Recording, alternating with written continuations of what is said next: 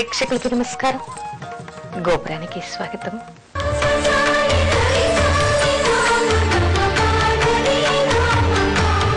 గ్రామ దేవతలను ఎప్పుడు పూజించాలి?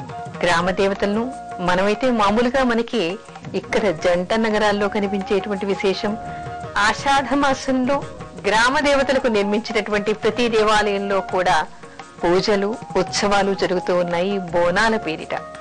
కానీ నిజానికి గ్రామ దేవతల్ని ఎవరు పూజించాలి, ఎప్పుడు పూజించాలి, ఎందుకు పూజించాలి, పూజించకపోవడం వల్ల వచ్చేటువంటి ఆటంకాలు ఏమిటి అనేటువంటి విషయాన్ని తెలుసుకోవాలి. ప్రతి గ్రామంలోనూ ఒక గ్రామ దేవత ఆ గ్రామాన్ని కాపాడటానికి నిలిచి ఉంటుంది అని చెప్తారు.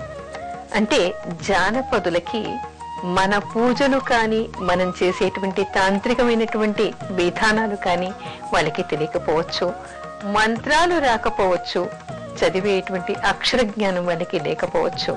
కానీ భక్తి ఉంటుంది, భగవంతుడు అనేటువంటి భగవంతుడిని పూజించాలి అనేటువంటి పూర్వజన్మ జ్ఞానం జిజ్ఞాస వలన ఆ వాసనలు వాళ్ళకి ఉంటాయి. అందుకని వాళ్ళకి తోచిన విధంగా వాళ్ళు విగ్రహ ప్రతిష్టాపన చేసుకుని వాళ్ళకి తోచినటువంటి పద్ధతిలో వాళ్ళు భగవంతుడిని సేవిస్తూ ఉంటారు. అయితే పోచమ్మ అని, మైసమ్మ అని, రేణుకాదేవి అని, ఎల్లమ్మ అని, దుర్గమ్మ అని ఇలా రకరకాలుగా దేవతలు ఒక్కో గ్రామాన్ని కాపాడటం కోసం ఒక గ్రామ దేవత నిలిచి ఉంటుంది. అయితే గ్రామంలోని ప్రజలంతా కూడా ఏం చేస్తూ ఉంటారంటే వాళ్ళ ఇళ్లల్లో ఉండేటువంటి శుభకార్యాలు వచ్చినప్పుడు ఆ శుభకార్యాల కంటే ముందుగానే, శుభకార్యం జరగక ముందే ముందుగా వెళ్ళి అక్కడ ఉన్నటువంటి గ్రామ దేవతకి ఆ ఊరి సాంప్రదాయాన్ని, వాళ్ళ వంశాచారాన్ని, వాళ్ళ ఇంటి పద్ధతిని అనుసరించి అక్కడ పూజాధికాలు నిర్వహించి మొక్కుబడులు తీర్చుకుని ఆ తర్వాత శుభకార్యాన్ని నెరవేరుస్తారు. అంతేకాదు మరికొన్ని సందర్భాల్లో ఏమిటంటే ఒక్కొక్క ఇంటికి ఒక గ్రామ దేవత ఉంటుంది. అంటే ఏం చేస్తారు, ఇప్పుడు ఒక గ్రామంలో ఉన్నప్పుడు ఒక ఎల్లమ్మ ఇంటి దేవతగా ఉంటుంది. ఈ పెద్దవాళ్ళు ఏం చేస్తారు, ఈ ఊరి నుంచి తరలి మరో ప్రదేశంలో వెళ్ళి అక్కడ స్థిరపడిపోతారు, తరతరాలుగా అక్కడే ఉంటారు. ఆ గ్రామంలో ఒక దేవత ఉంటుంది. కానీ వీళ్ళు ఆనవాయితీగా చిన్నప్పటి నుంచి వీళ్ళ ఊరిలో ఉన్నటువంటి గ్రామ దేవతను కొలవటం వీళ్ళకి ఆచారంగా ఉంటుంది. అలాంటప్పుడు ఏం చేస్తారంటే ఆ ఊరిలో ఉన్నటువంటి దేవతను కొలవటంతో పాటు వీళ్ళకి ఆనవాయితీగా వస్తున్నటువంటి వీళ్ళ వంశాచారంగా కొలుస్తున్నటువంటి గ్రామ దేవతను కూడా వాళ్ళు కొలవటం మనకి కనిపిస్తుంది. అంటే ఎవరైనా కూడా తప్పనిసరిగా గ్రామ దేవతని మాత్రం మరిచిపోకూడదు, మరిచిపోతే వాళ్ళకి ఇంటి పనులలో ఆటంకాలు ఏర్పడతాయి అనేటువంటి విషయాన్ని చెప్తూ ఉంటారు.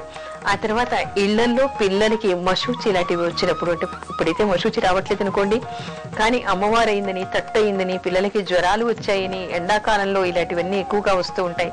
గ్రామ దేవత గుడికి వెళ్ళి అక్కడ కొత్త కుండలో నీళ్లు నింపి వేప కొమ్మలు వేసి అమ్మవారికి అభిషేకం చేసి అక్కడ కొత్త కుండల్లో నీళ్లు అక్కడ పెట్టి రావడం, పిల్లలకి చల్లగా చూడాలని మొక్కుకోవడం మనకి కనిపిస్తూ ఉంటుంది. అంటే గ్రామ దేవత అంటే గ్రామంలోని ప్రజలందరినీ రక్షించేటువంటి దేవత. అందుకని గ్రామ దేవతల్ని తప్పనిసరిగా పూజించాలి అంటారు.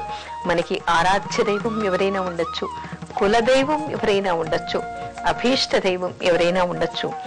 ఎవరు ఉన్నప్పటికీ కూడా శుభకార్యాలు జరిగే ముందర తప్పనిసరిగా గ్రామ దేవతల్ని పూజించాలి అంటారు. అంతేకాకుండా కొన్ని ప్రాంతాల్లో మరో ప్రత్యేకత కూడా ఉంది. అదేమిటంటే శ్రావణ మాసంలో అమావాస్య వస్తుంది.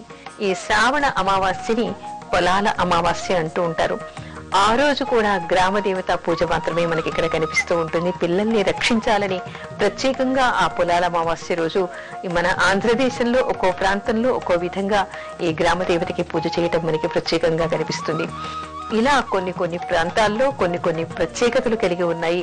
ఎవరి ప్రాంతంలో ఉన్నటువంటి గ్రామ దేవతని ఆ ప్రాంతాచారాన్ని బట్టి, వాళ్ళ వంశాచారాన్ని బట్టి తప్పనిసరిగా చెయ్యాలి అనేటువంటి విషయాన్ని చెప్తారు. గ్రామ దేవతలు ఎవరో కాదు, మనకి జానపదులు పూజించుకునేటువంటి ఆది పరాశక్తి రూపంగా చెప్తారు. కాబట్టి ప్రతి వాళ్ళు కూడా వాళ్ళ గ్రామ దేవతని మర్చిపోకుండా ఆయా సందర్భాలు వచ్చినప్పుడు వాళ్ళ ఆచారాన్ని బట్టి తప్పనిసరిగా పూజించాలి. పూజించకపోతే కూడా వాళ్ళకి కొన్ని పనుల్లో ఆటంకాలు ఏర్పడేటువంటి అవకాశాలు ఉంటాయి. ఎవరికన్నా అలాంటి ఆటంకాలు ఏర్పడుతూ ఉంటే మనం ఈ సంవత్సరం మర్చిపోయామా అని గుర్తు చేసుకుని వెళ్లి గ్రామదేవతకి పూజ చేయటం వల్ల కూడా వాళ్ళ ఆటంకాలు తీరిపోతాయి అనేటువంటి విషయాన్ని చెప్తారు.